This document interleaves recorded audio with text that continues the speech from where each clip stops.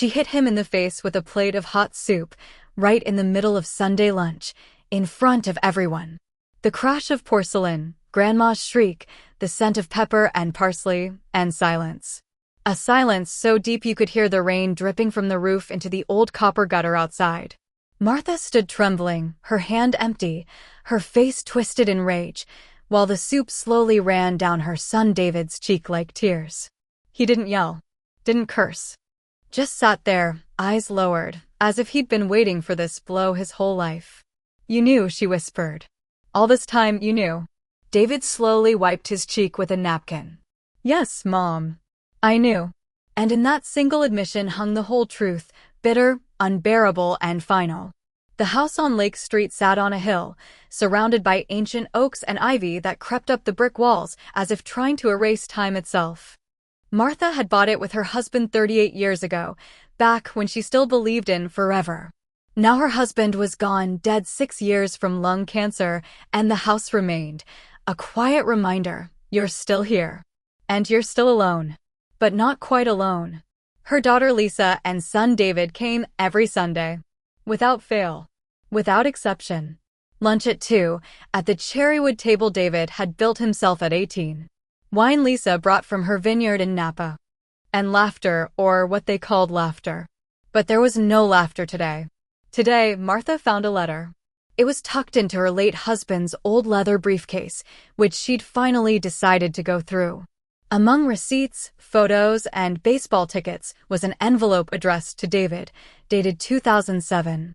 She hadn't meant to read it, but she saw her own name. And she opened it.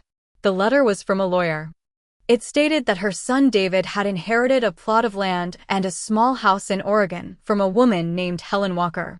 A woman not married to Mr. David Turner Jr., but legally recognized as his biological mother in 1998 by court order. Martha read it 3 times. Then 10.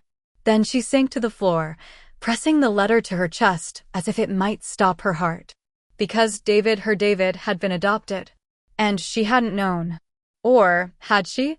Fragments surfaced, the hospital room, exhaustion after childbirth, her husband whispering, "She was so weak, Martha. They gave us another baby. One who'd survive." She'd thought it was metaphor. She'd believed their biological child had died. But no, their newborn son had died. And David had been given to them, adopted, without the truth ever being told. And all this time, she'd raised a child not her own, believing he was her flesh and blood. Or maybe not. Maybe, deep down, in the fog of postpartum depression and grief, she'd sensed something was off, but buried it. Because love is stronger than blood. Because David had always been her son. But today the truth struck like a blade. And she didn't know who to blame more. Her husband, who took the secret to his grave, or David, who knew and stayed silent. Lunch began as always. Lisa brought a salad with goat cheese and walnuts. David opened a bottle of red. Grandma Edna, old and frail, but still sharp-tongued, rocked gently in her armchair in the corner. "You're awfully quiet today, Martha," Lisa said, pouring wine. "Something wrong?" Martha looked at David. He avoided her eyes. "No," she said. "Just tired." She served the soup, her signature coconut butternut bisque. David had always loved it. He said thank you as always.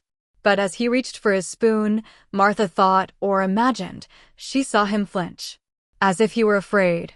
That's when she snapped. "You knew," she said, staring straight into his eyes. "How long have you known?"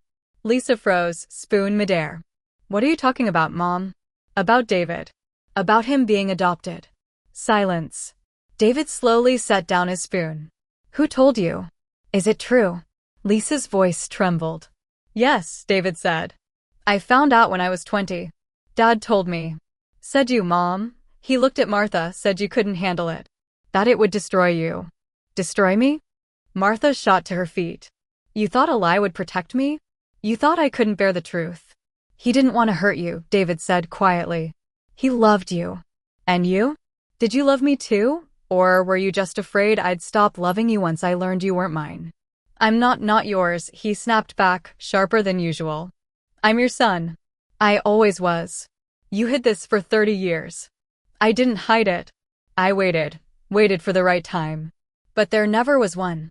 You were sick, then Dad died, then Lisa's divorce. Something was always happening. And Helen Walker? Martha clenched her fists. Did you talk to her? No. Never. I got the letter after she died. She left me the house. I didn't even sell it. Just left it. Why? Because I didn't want anything from her. I already have a mother. You. But Martha wasn't listening anymore. One thought looped in her mind, all these years a lie. Every hug, every tear, every I love you built on deception. And then she grabbed the plate and threw it at him. After the impact, everyone froze. Then Lisa leapt up shouting, "Mom, what's wrong with you?" "Ask him," Martha yelled. "Ask why he let me believe I was raising my own child." "You are raising your own child," David shouted back, the first time he'd raised his voice all day. "You raised me. You were with me in the hospital when I broke my arm. You came to every school play. Who the hell else could be a mother if not you? But you're not mine. That doesn't matter. It matters to me." "Why?" David's eyes filled with tears. "Because you think love is DNA? Because you believe blood is everything." Martha didn't answer. "Do you remember when I was 9 and lost my puppy?" He pressed on. "You searched for him for 3 days. Slept in the backyard. When you found him dead, you cried harder than I did. You said, 'I'm sorry I couldn't protect him for you.' Did you think I forgot?" Martha pressed her lips together. "And when I was 16 and I came home with a black eye from a guy who beat me for being weird, you marched to his house and made a scene. Said, 'If you ever touch my son again, I'll destroy you.' You didn't know I wasn't biological. But it didn't matter. That was a different time." "No, Mom. That was you." He stood and walked to her. Soup still dripped from his shirt. "I didn't ask to be adopted. I didn't ask to be born to someone else. But I'm grateful fate brought me to you. Because you're the best mother in the world." Martha looked away. "What if I'd found out sooner? You'd still have loved me." "I know. You can't know that." "I can. Because you're Martha Turner. And you don't know how not to love." Grandma Edna suddenly spoke, softly but clearly. "I knew." Everyone turned. "What?" Martha whispered. "I knew David was adopted. Your husband told me a year after you brought him home. Made me promise not to tell anyone. Especially you. Said you wouldn't survive it. Why did you stay silent?" "Because you looked at him like he was your son. And I didn't want to dim that light." Martha sank into a chair. "I felt it," she whispered. "I can't explain it. Sometimes it seemed like there was a wall between us. Thin, almost invisible. But it was there." "It wasn't a wall," David said. "It was your grief. You lost a child. And part of you has always been mourning. I thought it was my fault. That I wasn't good enough. You're perfect, Mom." She looked at him, truly looked for the first time that day, without anger. "I'm sorry I threw the plate at you. I'm sorry I didn't tell you sooner." They sat in silence. Then Lisa stood and went to the kitchen. She returned with a rag and towel. "Let's clean up," she said. "And then, maybe we just sit? No lunch. No rules. Just together." They swept up the shards. Wiped the soup. Grandma Edna hummed an old tune under her breath, one her own mother used to sing. When everything was clean, they gathered in the living room. No toasts. No wine. Just quiet. "I want to see her," Martha said suddenly. "Who?" "Helen Walker. At least her grave." David nodded. "I'll show you. Anne, I want to know everything. About her. About why she gave you up." "I don't know everything, Mom. But I'll tell you what I do." "Okay."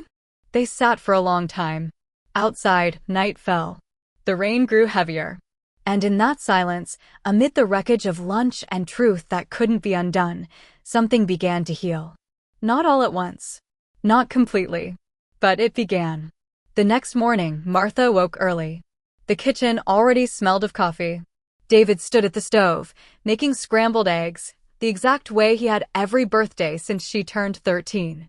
"You stayed?" she asked. "I'm not going anywhere, Mom." She walked over and hugged him. "Am I still your mother? You're the only mother I've ever had. And ever will." She leaned into his shoulder. Then, let's start over. We're not starting over, Mom. We're continuing. And she understood. He was right. Because family isn't DNA. It's not paperwork. It's not perfect memories.